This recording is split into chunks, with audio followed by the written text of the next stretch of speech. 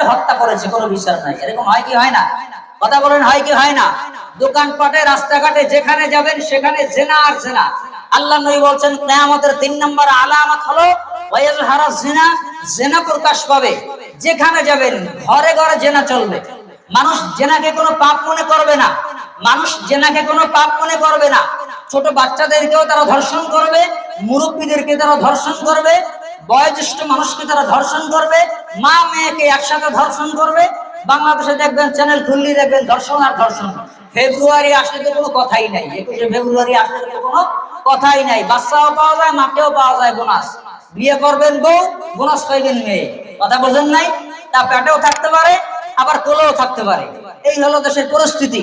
3 নম্বর হলো আল্লাহ নবী তিনি বলেন ওয়াইজহারা জিনা, জিনার প্রসার ঘটবে। যেখানে যাবেন সেখানে ব্যভিচার, যেখানে যাবেন সেখানে জেনা।